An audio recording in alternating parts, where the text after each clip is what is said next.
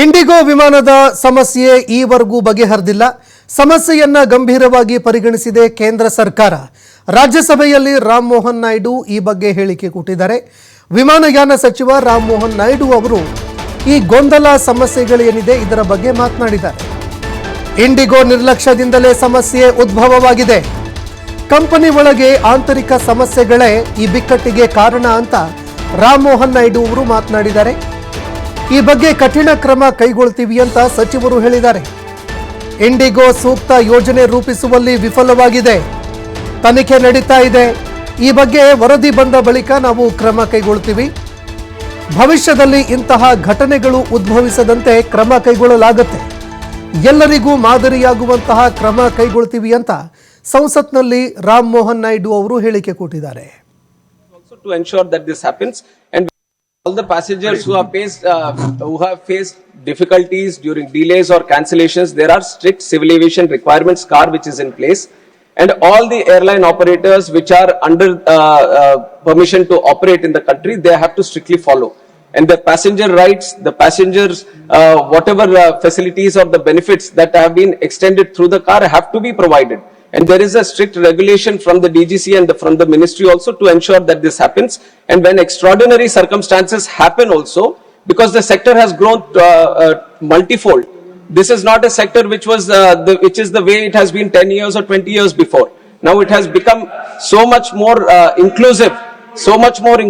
The network has spread so much, and there are 5 lakh people traveling every day in this network, which only 2-3 countries in the world can boast of.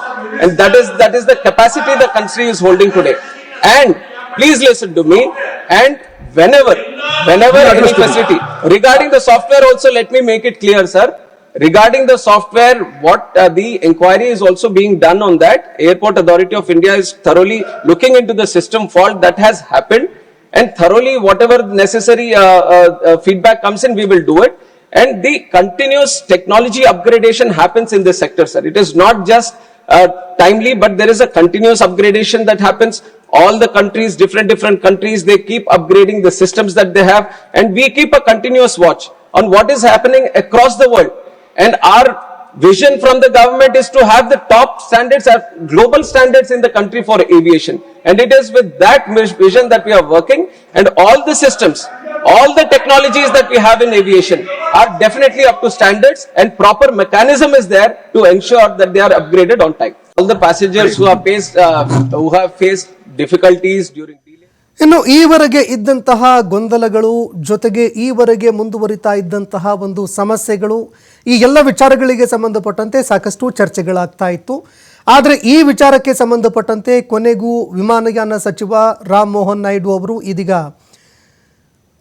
ಮಾತನಾಡಿದ್ದಾರೆ. ಈ ವಿಚಾರಕ್ಕೆ ಸಂಬಂಧಪಟ್ಟಂತೆ ಸ್ಪಷ್ಟೀಕರಣಗಳನ್ನು ಕೊಟ್ಟಿದ್ದಾರೆ. ನಾವು ಹೊಸ ನಿಯಮಗಳೇನಿತ್ತು ಅದರಿಂದ ಬದಲಾವಣೆಗಳ ಬಗ್ಗೆ ಚರ್ಚೆ ಮಾಡಿದ್ದೀವಿ. ಏನೆಲ್ಲ ಬದಲಾವಣೆಗಳು ಮಾಡಬೇಕು ಅದರ ಬಗ್ಗೆ ಚರ್ಚೆ ಮಾಡಿದ್ದೀವಿ. ಎಲ್ಲ ವಿಮಾನಯಾನ ಸಂಸ್ಥೆಗಳ ಜೊತೆಗೆ ವ್ಯಾಪಕವಾಗಿ ಈ ಬಗ್ಗೆ ಚರ್ಚೆ ಮಾಡಲಾಗಿದೆ. ಹೈಕೋರ್ಟ್ ಆದೇಶದ ಪ್ರಕಾರವಾಗಿ ಹೊಸ ನಿಯಮಗಳನ್ನು ಜಾರಿಗೆ ಮಾಡಲಾಯಿತು. ಈವರೆಗೆ ಒಟ್ಟು 22 FDTL ನಿಯಮಗಳು ಜಾರಿಗೆ ಬಂದಿದ್ದಾವೆ. 22 ನಿಯಮಗಳಲ್ಲಿ 15 ಜುಲೈ 1ರಿಂದ ಜಾರಿಗೆ ಬಂದಿದ್ದಾವೆ. ಬಾಕಿ 7 ನಿಯಮಗಳೇನಿತ್ತು ಅದು ನವೆಂಬರ್ 1ರಿಂದ ಜಾರಿಗೆ ಬಂದವು. ಹೊಸ ನಿಯಮಗಳ ಬಗ್ಗೆ ಸಂಸ್ಥೆಗಳ ಜೊತೆಗೆ ನಾವು ಚರ್ಚೆ ಕೂಡ ಮಾಡಿದ್ದೀವಿ. ಪ್ರಯಾಣಿಕರ ಸುರಕ್ಷತೆ ವಿಷಯದಲ್ಲಿ ಯಾವುದೇ ರಾಜಿ ಇಲ್ಲ. ಹೊಸ ನಿಯಮಗಳನ್ನು ಕಟ್ಟುನಿಟ್ಟಾಗಿ ಜಾರಿಗೆ ತರಬೇಕು ಅಂತ ನಾವು ಸೂಚನೆ ಕೊಟ್ಟಿದ್ದೀವಿ. ನವೆಂಬರ್ 1ರಿಂದ ಡಿಸೆಂಬರ್ 1ರವರೆಗೆ ಹೊಸ ನಿಯಮಗಳು ಮತ್ತು ಬದಲಾವಣೆಗಳು ಜಾರಿಗೆ ಬಂದಿದ್ದಾವೆ. ನಾವು ಈ ನಿಯಮಗಳನ್ನು ನಿರಂತರವಾಗಿ ಮೇಲ್ವಿಚಾರಣೆ ಮಾಡ್ತಾ ಇದ್ದೀವಿ. ಹೊಸ ನಿಯಮಗಳು ಜಾರಿಗೆ ಬಂದ ನಂತರ ಯಾವುದೇ ತೊಂದರೆಗಳು ಇರಲಿಲ್ಲ. ಎಲ್ಲ ಕಾರ್ಯಾಚರಣೆಗಳು 1 ತಿಂಗಳ ಕಾಲ ಸುಗಮವಾಗಿ ನಡೆಯಿತು. ಹೀಗಿರುವಾಗ ಡಿಸೆಂಬರ್ 1ರಂದು ಇಂಡಿಗೋ ಜೊತೆ ಮತ್ತೊಂದು ಸಭೆ ಕೂಡ ಮಾಡಲಾಯಿತು. ಆ ದಿನ ಕೂಡ ನಾವು ಕಂಪನಿಗೆ ಎಲ್ಲವನ್ನ ಸ್ಪಷ್ಟಪಡಿಸಿದ್ದೀವಿ. ಆದರೆ ಇಂಡಿಗೋ ಯೋಜಿತ ಕಾರ್ಯಾಚರಣೆ ನಿರ್ವಹಣೆ ಮಾಡೋದಕ್ಕೆ ಸಾಧ್ಯವಾಗಿಲ್ಲ. ಪ್ರಯಾಣಿಕರು ಬಹಳಷ್ಟು ತೊಂದರೆ ಅನುಭವಿಸಿದ್ದಾರೆ. ನಾವು ಈ ವಿಷಯವನ್ನು ಹಗುರವಾಗಿ ಪರಿಗಣಿಸ್ತಾ ಇಲ್ಲ. ತನಿಖೆ ನಡೀತಾ ಇದೆ. ಅತ್ಯಂತ ಕಠಿಣ ಕ್ರಮ ಕೈಗೊಳ್ಳಲಾಗುತ್ತೆ ಅಂತ ರಾಮ್ ಮೋಹನ್ ನಾಯ್ಡು ಇವತ್ತು ಸಂಸತ್ತಿನಲ್ಲಿ ಉತ್ತರ ಕೊಟ್ಟಿದ್ದಾರೆ. ಜೊತೆಗೆ ಸಮಸ್ಯೆಗಳ ವಿಚಾರಕ್ಕೆ ಸಂಬಂಧಪಟ್ಟಂತೆ ಕೂಡ ಬೆಳಕು ಚೆಲ್ಲುವಂತಹ ಕೆಲಸವನ್ನು ಮಾಡಿದ್ದಾರೆ. ಜೊತೆಗೆ ಈ ಬಗ್ಗೆ ನಾವು ತನಿಖೆ ಕೂಡ ಮಾಡ್ತಾ ಇದ್ದೀವಿ. ತನಿಖೆ ಮಾಡಿ ವರದಿ ಬಂದ ಬಳಿಕ ಖಂಡಿತವಾಗಿ ನಾವು ಕ್ರಮ ಕೈಗೊಳ್ತೀವಿ ಅಂತ ಅವರು ಮಾತನಾಡಿದ್ದಾರೆ.